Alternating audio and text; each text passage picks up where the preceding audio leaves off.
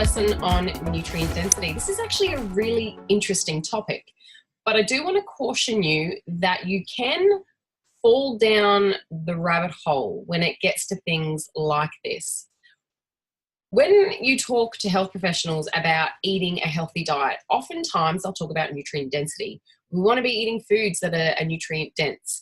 And for the most part, the general public has no idea what that means.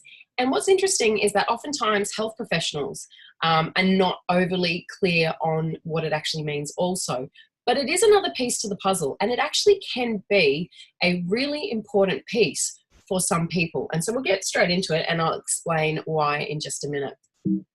All right, so when we look at nutrient density, we have nutrient dense foods. We also have energy dense foods. Energy dense foods are foods that are quite small but contain a lot of energy relative to their size. So as an example, an energy dense food would be a Mars bar. So tons and tons of energy because it's got a lot of fat, it's got a lot of carbohydrate in there, but it's very, very, very small. From a real food perspective, you've got, say, nuts. Nuts are very energy dense, so they're very little, but they pack a lot of energy. Again, high in carbohydrate, high in fat. So unfortunately, energy dense foods tend to give us tons of energy, but with very little satiation, and that just means fullness. So if something satiates you, it makes you feel full. So energy dense foods tend to not make us feel particularly full for a very long period of time, whereas nutrient dense foods have the opposite effect, and they tend to be full of nutrients but low in energy. So there's sort of the opposite end of the energy dense, the opposite end to where the energy dense foods are. Now, if we're going to measure nutrient density, it is the volume of nutrients per calorie. So the more nutrient dense a food is, the more nutrients it contains per calorie. So why does this matter? Well, it's a really important piece of the puzzle because I often deal with a lot of people who change their diet, start exercising, and weight loss can be very, very slow. And sometimes part of the problem is that they're not getting enough nutrients into their diet. So they're either A, eating a lot of the same food, or B, when they switch to low carb healthy fat, they're eating too much fat. And I know that sounds sacrilegious, but eating too much fat can actually displace really important nutrients. The higher a food is in fat, the lower the nutrients or the less nutrient dense it tends to be. So fat, of course, is very important, and we need it for so many processes in our body. But from a nutrient density perspective, fat is not or foods that are very, very high in fat tend to not be particularly nutrient dense. So we have to be careful in putting together our low carb healthy fat diet, that we don't just eat, fat for the sake of eating fat, but we enjoy the fat that comes with our protein foods. So our fish or our steak or our chicken or our seafood, whatever it is, we enjoy the fat that comes with that. We do add a little bit of additional fat in the cooking process or in our sauces or whatnot, but we don't necessarily go out of our way to consume large quantities of fat.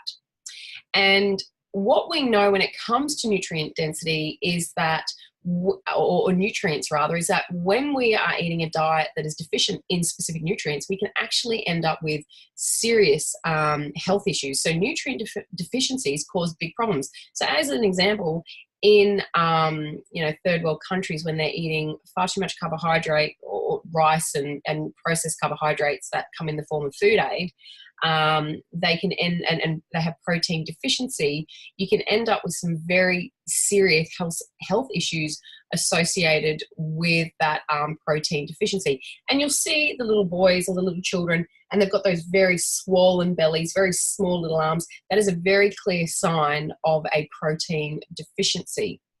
And that's because we need protein in every process in our body. If you are eating insufficient of our essential fatty acids, you can have problems with your psychological health or with your neural health. So we need our omega-3 in particular to make the cell membranes in our brain. And you can have all sorts of issues associated with eating insufficient omega-3. And in fact, omega-3 is linked, or lack of omega-3 is linked to neurological conditions like Alzheimer's and dementia. So that's something to consider. And then we've also got the micronutrient deficiencies, so things like anemia or iron deficiency. So iron deficiency is the number one deficiency in women around the world. And iron deficiency can actually lead into iron deficiency anemia. Now, the problem that we have at the moment is that the Australian guidelines and the guidelines in a lot of the Western worlds is very much a plant-based guidelines, and that's a whole other story. But unfortunately, vegetarians are at a much higher risk for the development of iron deficiency anemia because they avoid the consumption, obviously, of meat. And red meat in particular is very rich in iron. And you might think, oh, well, you know, iron deficiency is not a really big problem, but it really actually is. The biggest issue that you're going to experience is fatigue. You're just going to be tired all the time. And that's a real problem in trying to get through the day-to-day, just existing day-to-day. But the biggest issues can be that you can end up with heart arrhythmias, and you can end up going into heart failure if your anemia becomes significant enough. So there are some very serious effects from iron deficiency anemia. So nutrient deficiencies absolutely can create big problems for our health. But what's also interesting is that there's a body of research that is now suggesting that nutrient deficiencies can promote hunger. And that makes sense. Our brain is constantly paying attention to how much we have of certain things in our diet, so in our body. So as an example, we regulate calcium very carefully, we regulate our iron levels, we regulate our salt, we regulate our glucose levels. And when we don't have enough of something, what we do is, or what our brain does, is it says, well, you need to eat, because it's via eating that we're going to capture these very important micronutrients, which are our vitamins and minerals. If your glucose gets too low, glucose is what is the byproduct of carbohydrate metabolism, or the major byproduct of carbohydrate metabolism. When your glucose gets too low, you get hungry, you get shaky, you get jittery, you feel a bit unwell, so you eat. So our body's defense, or our body's protective mechanism when we are low in a particular nutrient, is to cause us to eat. So if you have got a nutrient deficiency, it's likely that you're going to start craving things.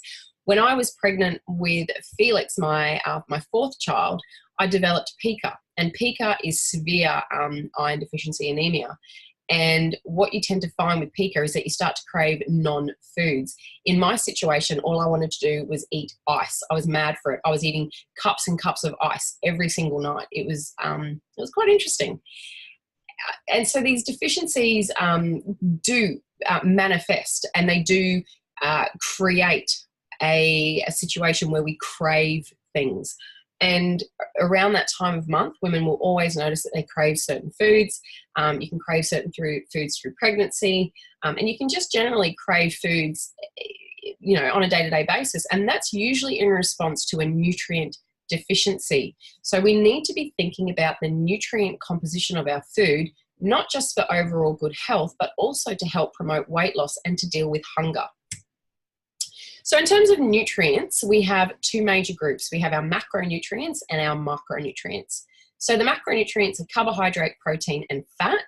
They're very easy to obtain. We need them in larger quantities, and you can pretty much follow any diet you like, and you will get carbs, fats, and proteins without too much hassle. The micronutrients, which are our vitamins and minerals, they're a little more difficult to obtain, and we need them in a lot smaller amounts. Now, our macronutrients actually give us direct energy. So when we break down carbohydrate, fat, and protein in the meal we've just eaten, what happens is that as we digest that, there is energy stored in the food we've been eating. That energy is then taken or extracted from that food, and then it's used to make the energy currency of the body, which is called ATP, or adenosine triphosphate. Now, the way you can think about it is this.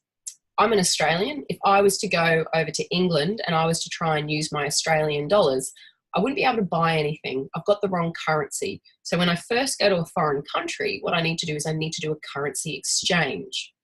In our body, carbohydrate, fat, and protein are the wrong energy currency. We need to do a conversion. And so what our body does is it digests carbohydrate, fat, and protein. It extracts the energy from the food, and then it uses that energy to make our body's energy currency, which is ATP, adenosine triphosphate. So in terms of the micronutrients, they don't actually directly give us energy like carbohydrate, fat, and protein, but what they do is just as important.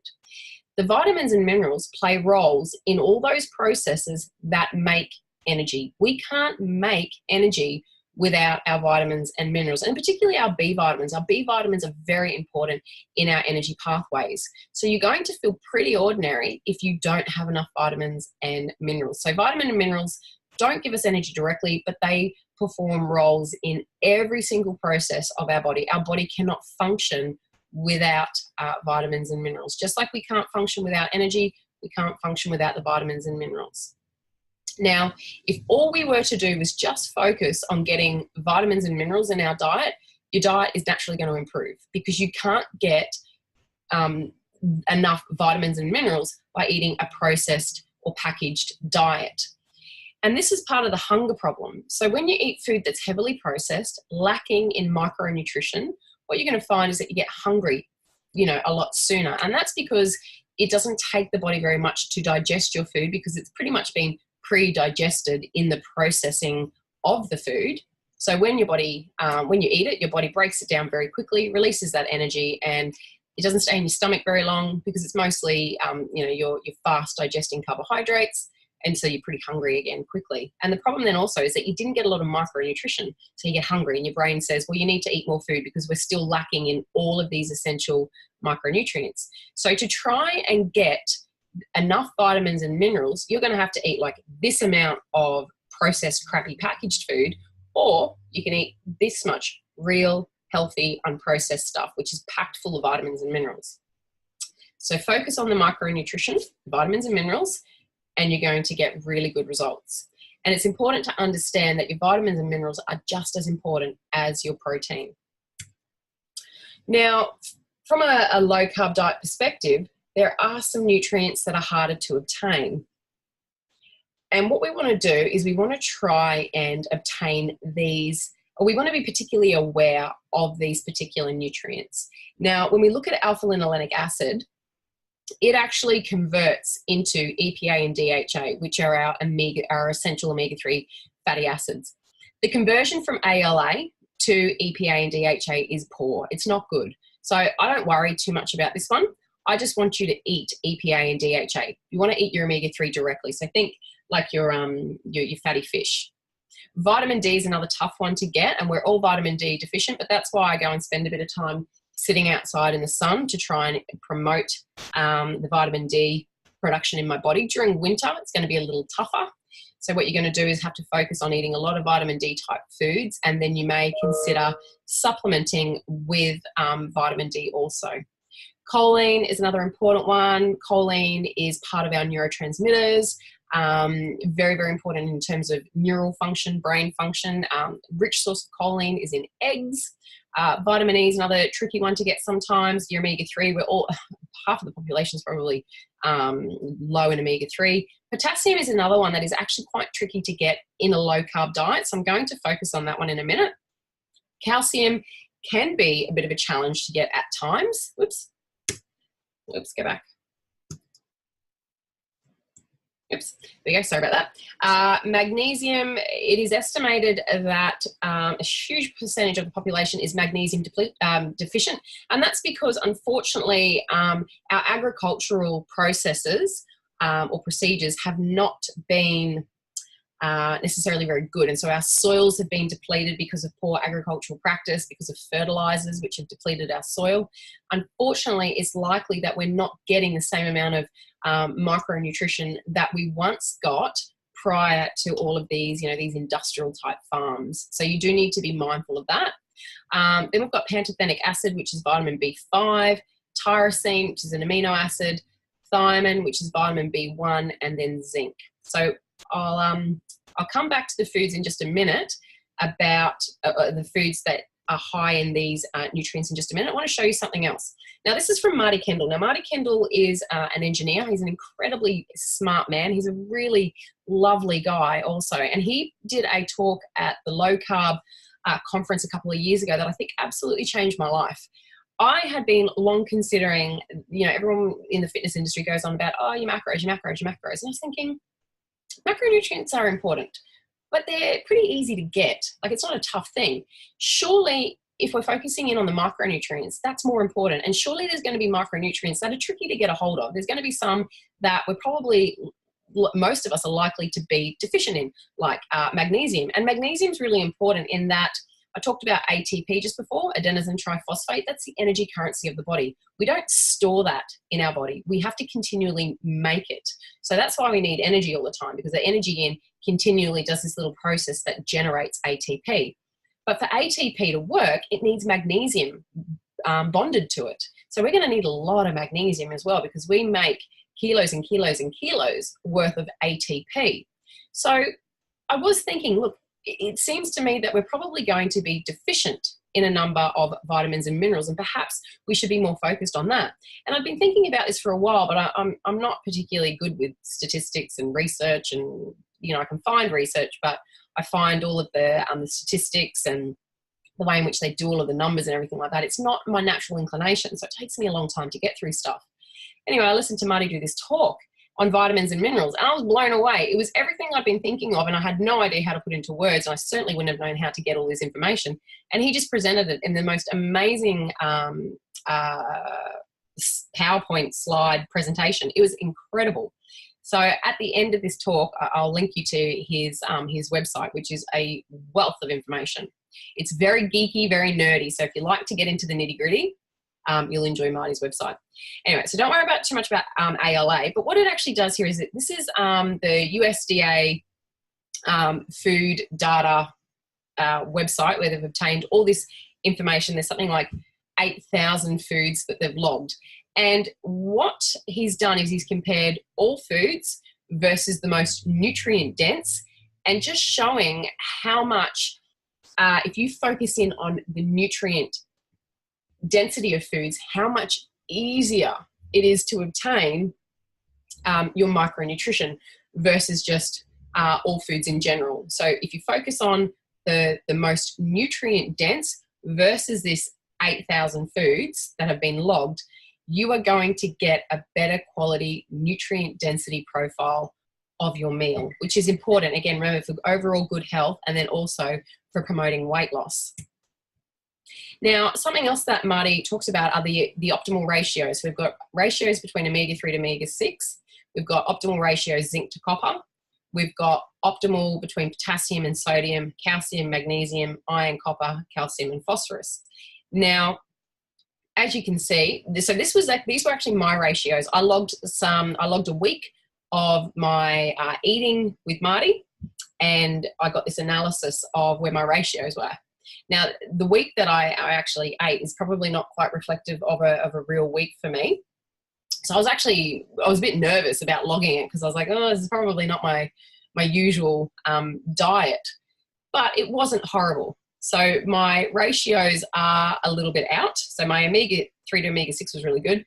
My zinc to copper ratio was slightly out. I eat more seafood now, particularly oysters and sometimes some mussels, to try and restore that ratio. My potassium to sodium was out. So my potassium was a lot higher than my sodium. Now, this is an interesting one. When you follow a low carb diet, you need to increase your salt. Most people don't know that. And particularly for weight loss, your lack of salt can actually be a problem. So you do need to be thinking about how much salt you're eating, and you may need to increase it. And then we've got the calcium to phosphorus ratio. I always have a bit of an issue with calcium. I don't know why I have so much of an issue with calcium. My calcium to magnesium ratio, again, was out, and it's a calcium problem. So I'm getting enough magnesium, I'm getting enough phosphorus, I'm not quite getting enough calcium. My iron to copper is an issue. I'm iron deficient anemic. Part of my problem is I don't eat enough iron, and I wasn't taking an iron supplement at that time. And then my zinc to copper was, oh no, sorry, I already said that. So I needed a little bit of tweaking, but seeing that helped me go, okay, I know what I need to be eating, and I know how I need to fix these ratios up. And look, you don't have to get into this. You don't have to be totally crazy about it. But if you sort of get to a point where you're plateauing, this information can actually be really useful and really interesting. So you can totally geek out on this stuff. Now, most people are deficient in omega-3. You need to be consuming omega-3 type foods at least 3 times a week. I love my oysters. I will eat salmon. I like a lot of seafood and whatnot. So for me, that's an easy one. But it doesn't always, a lot of people don't like the seafood. Now, when you get to this end, this is the ALA. So this is where the alpha-linolenic acid comes in, and it will convert into omega-3. But as I said, it's not a great conversion, so I wouldn't be banking on that to give you enough EPA and DHA. You might need to consider an omega-3 supplement. Please keep in mind that the omega-3 supplement is better than nothing, but it's not as good as eating the actual food.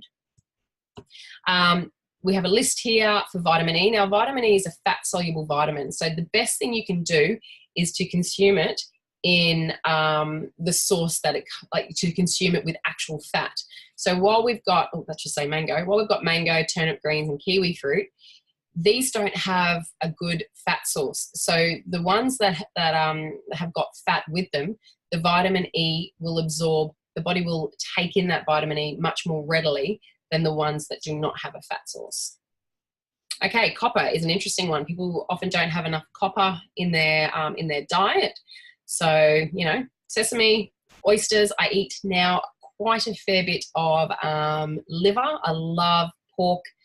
I eat liverwurst, and it's pork liver, and I love it. It's so good. It's great for your skin too. Really, really good for your skin. Now, this is an important one, potassium. Most people are under in potassium in the low-carb diet. Now, I eat sweet potato. I eat potato every single week. We also do tomato paste quite a lot. Sorry, potato and sweet potato. We do actually have a bit of watermelon as well. And just recently, we have started having some black beans with our Mexican, our burrito bowls. You don't have to include these. These are higher carb foods, and it's up to you how much carbohydrate you're eating. But this is just to point out that potato, sweet potato, the black beans, these are ways of obtaining enough potassium in your diet. Avocado, without having to supplement, because remember, a supplement is never as good as the actual food itself. You've got beets, you've got Swiss chard, butternut squash. So really think about including some of these high potassium foods on a weekly basis, because this is a nutrient that becomes quite tricky to get, or can be a little bit more tricky to get on a low carb diet. Choline, very important for you. Vitamin D. So here are some food sources of vitamin D. Again, oysters appearing, egg yolk, really good again. Got tuna, salmon. Salmon is a pretty important food. I like it. Zinc. Zinc is really important in terms of tissue repair. Oysters appearing again. And this is why I tend to now try and eat oysters each week. I try and have my salmon each week.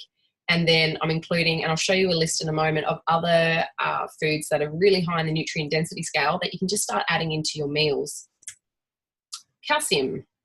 Now, I eat a fair bit of whey protein these days, so hopefully that pushes my calcium up.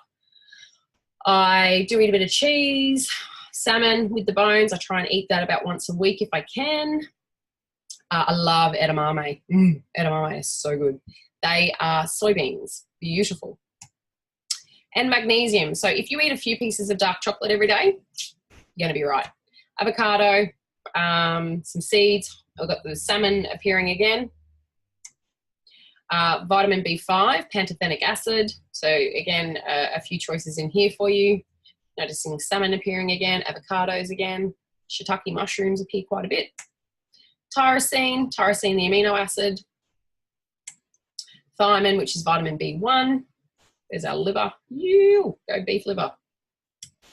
Okay, now this list is really interesting. So what this list shows you is so we've broken it up into vegetables, herbs and spices, sorry I didn't bold that, seafood, dairy and eggs, and then animal products. And it gives it an associated nutrient density score. So what this shows you is that, and now remember, nutrient density is based on the amount of nutrients per calorie.